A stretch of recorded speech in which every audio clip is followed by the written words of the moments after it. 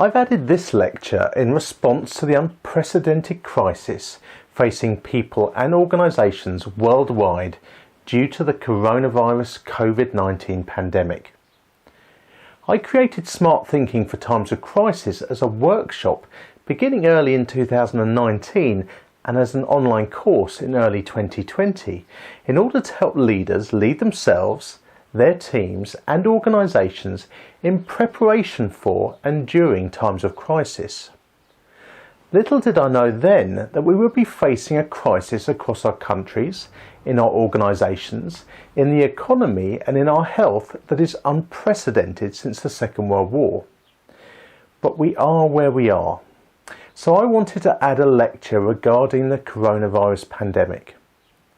I'm not an expert on medical or health issues, so I'm not going to talk about that, but I do want to talk to you about managing yourself, team and organisation through this time to give you the best chance of getting through this crisis successfully.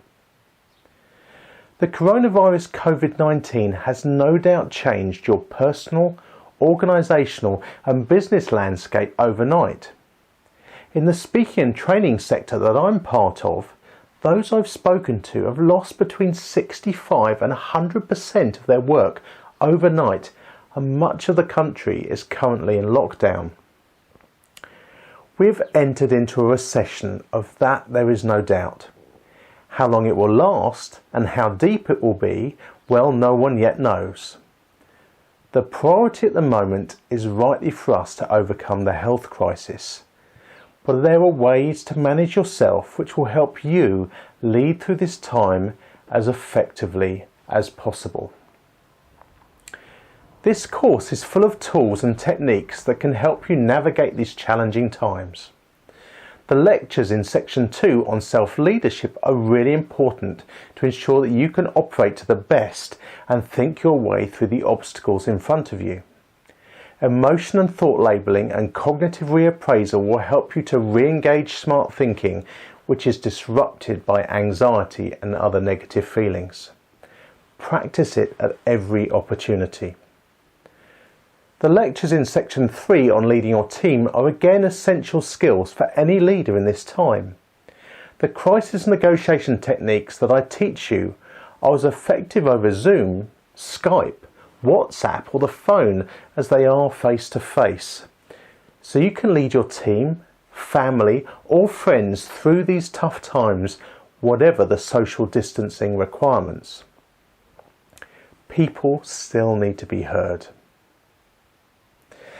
Then in using the skills of section 2 and 3 to re-engage our smart thinking, section 4's advice on crisis preparing and crisis proofing is essential for preparing not just for what you will face in your organisation during the coming months of shutdown, but also through the time to follow when we face the road to recovery with all its twists and turns. This is the time, particularly if much of your work is temporarily halted, to look ahead and prepare. The clearer you see the challenges now, the better chance you will have to navigate them effectively. And as I say in those lectures, there are opportunities for good even in the midst of challenging crises. So take this opportunity to immerse yourself in these skills and apply them. But in addition to the self, team and organisational tools found in the rest of this course, I want to leave you with some simple practical advice for self-leadership. Number 1. Moderate your media consumption.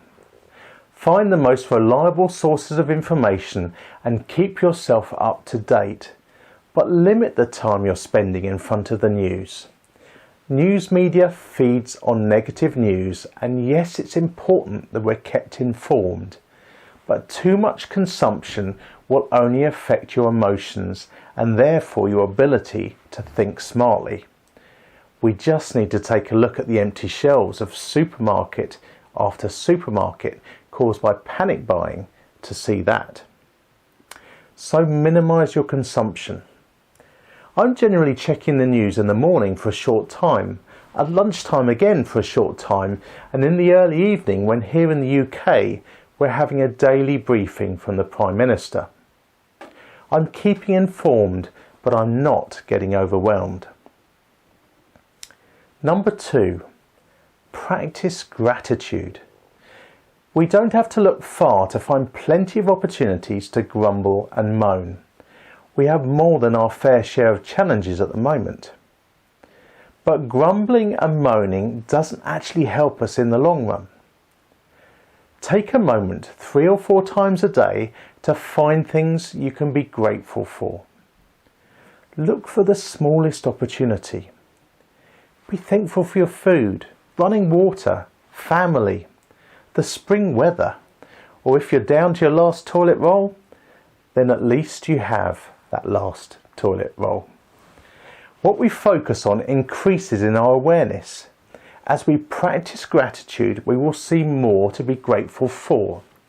That will in turn stir up our positive emotions, which smarten our thinking, develop our creativity, and broaden the horizons of what we think is possible even in challenging times.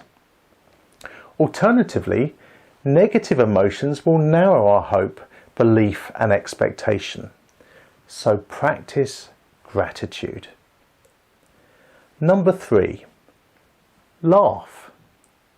If there's a program that makes you laugh, watch it. Make sure that you take time to practice joy. Watch or listen to something positive and uplifting. Joy opens up our senses more and more to the good around us. It reduces stress and improves our immune systems. There's a lot to be serious about at this time, and rightly so, but you won't benefit by being in that place at every moment. Joy will make us more effective in the serious times, where we need to make the serious decisions with the significant consequences. So spare time to fill your joy tank. And lastly, at number 4, look out for others. There are people who are struggling all around us. Even the smallest act of kindness or help can make a world of difference, and thinking about others will help us to take a break from our own challenges. So moderate your media consumption, practice gratitude, find things that make you laugh, and look out for others. Above all, follow the advice of national government and health agencies. Keep yourself well to keep others safe. I, along with many others, are standing with you. So utilise the tools found in the rest of this course and prepare yourself for the greatest possibility of success, even in the midst of a crisis.